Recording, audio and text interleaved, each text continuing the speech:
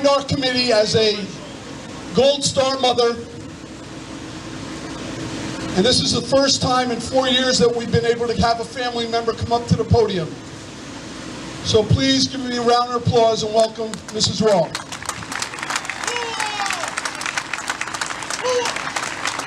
Thank you. I am just in awe standing here among South Carolina's finest and bravest people ever.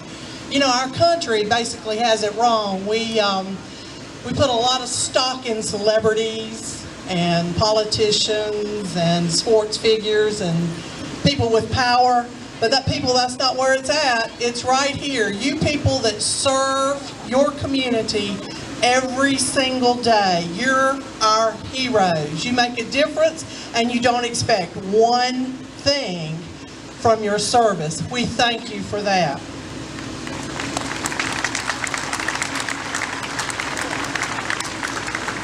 Tonight, as you run for your brothers and sisters who have fallen in the line of duty, whether it's firemen, law enforcement, first responders, or the military, I would like to ask three things of you.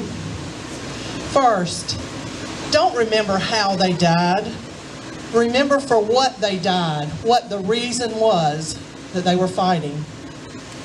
Second, don't remember their final actions. Remember their dreams and their hopes for the future.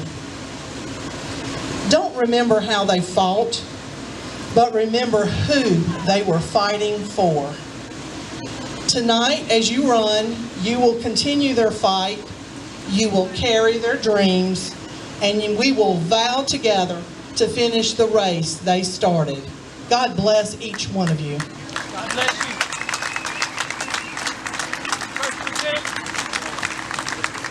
Thank you, Mrs. Raw. And Fire Department of New York Honorary Battalion Chief, Mr. Dan Hennigan. Thank you. Ladies and gentlemen, freedom is not free. And that's why we're here today, because we must never forget. 9/11 changed our world. We look around today, very seldom do we see people wear the American flag on their collar or on their coat, or you see the American flag on your car. Again, we must never forget. Today, as I look out there, we're unified. We're one group of great Americans that are going to take off in about a couple minutes, and we're going to run a race. And we're going to help each other through the race. Because we must never forget. Ladies and gentlemen, I'd like to thank my committee members. Please raise your hand. There's hundreds of them. I'd like to thank my sponsors. I would like to thank General Becker and General Livingston for providing the support so we can have events like this. I would like to thank and remember the family members that are here today that have lost their loved ones. Ladies and gentlemen, we must never forget. Have a great race. Godspeed. God bless America. God bless South Carolina. Thank you. A personal friend, a brother, an FDNY firefighter, battalion chief, who, if you might remember, White Knoll Middle School raised money to buy a fire truck for New York City Ladder 101. That fire truck has been under Chief Jack Ohm's control, leadership, and command ever since it was donated. Ladies and gentlemen, my good friend, my brother, Jack Ohm.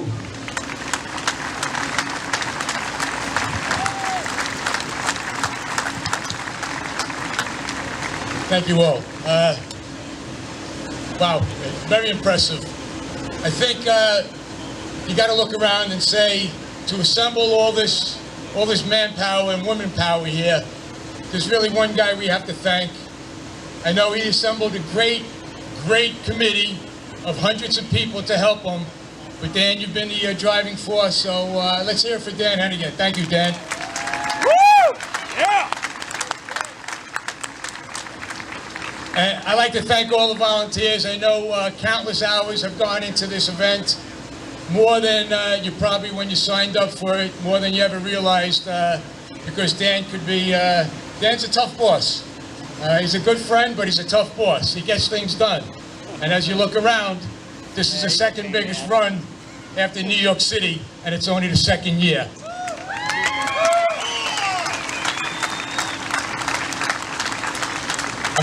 I'm going home tomorrow. I'm going to tell Frank we better do something special in New York, because in a couple more years, Dan might catch us. But that's a good problem to have. Dawn, you did a great job. You hit a keynote.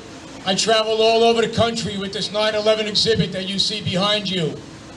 It opens up to about 1,000 square feet. It tells 9/11 story, it tells Stephen's story, and it tells the story of the Siller Foundation and what George said. They made something great happen after something so terrible that happened to our country. But Dawn hit the right note, because I tell, especially when I have school-age kids coming through, that we in this country, the media, and I hate to say this in front of the media, but we in the media, we talk about Derek Jeter's last day. Every day I hear about his last day playing a game. I don't hear about the likes of Kyle Carpenter jumping on a grenade. Woo! I don't hear about the 4 quadruple amputees that we've built houses for, smart homes all over the country. At last count, there's 43 triple amputees. We have to get these people's names in the paper.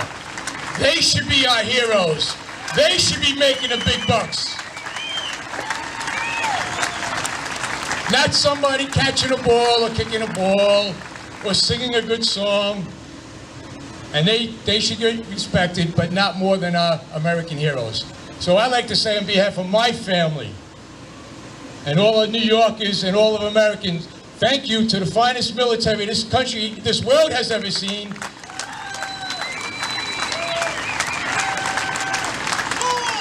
Thank you for keeping us safe day in and day out. Thank you for what you do, and God bless America. Thanks.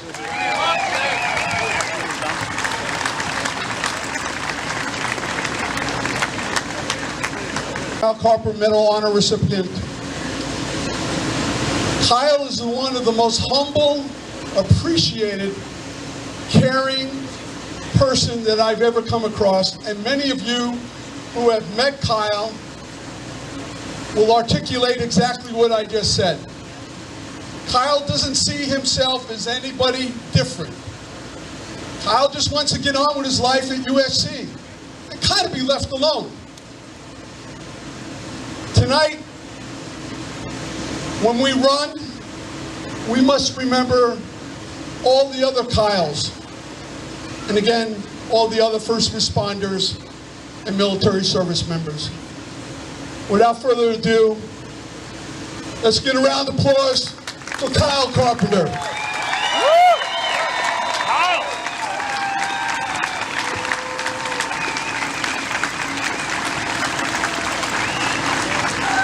Thank you so much. Well, I guess I'll start out with a positive note. Everybody before me did so great that I can't really mess this up. I hope not, at least I don't think. But wow, so many people. You kind of plan what you want to say, and then you have no idea what you were planning on saying when you get here to something like this, and you realize just how special it is, and just the effort that it took to bring all these people together. You know, something to honor 9/11 and the first responders and everybody who's raised their right hand. It's almost like there's millions and millions of words, but at the same time, you cannot say anything and just think about it, and it would be just as powerful. To Don, to Mr. Siller, to Mr. and Miss Raw, and all those who have supported those who have and love those who have made the ultimate sacrifice. There's absolutely not words. All we can say is thank you. From a grateful nation, is because of wonderful people like those that made the ultimate sacrifice that you loved, that we're able to stand here and have these freedoms and have these great times with friends in our community and not have to worry about running this race and stepping on a landmine, or running this race and looking out for the girl or guy to the right and left of you and just hoping that they make it through and hoping that you make it through. Freedom is a very powerful and a very beautiful thing, and a lot of people sacrifice a lot for it. To those who have raised their right hand, first responders, law enforcement, military, to those who are raising their right hand as we speak, and to those who will in the future, I thank you. This nation thanks you. To Dan, to the committee, to everybody that if I would name them, we would start the race tomorrow night, that helped with this thing. Look around. I mean, you made it a success and then some. The fact that our wonderful state, our wonderful city, our wonderful community has been brought together is a great, powerful thing. Thank you all so much for coming out. It truly does mean a lot. To only be the second one and be right behind New York City is just, it's phenomenal. And to never forget and to always strive to honor those who sacrificed and honor those who went before us, and honor those firefighters that as everybody was running down the Twin Towers, they were running up. I'm just so thankful that I could be a part of this. I'm so thankful that all of you came out. I'm just going to continue to ramble because it makes me feel better, because I can't express my gratitude. But to everybody that helped with this, and everybody that was a part of the team, and everybody that volunteered and stepped up when they didn't have to, and everybody that served just as much as our military and our law enforcement and our first responders served out on the streets, the dangerous streets and the dangerous dark corners of the world that nobody wants to go to. You served your community just as honorably, and that is absolutely just as important back here on the home front.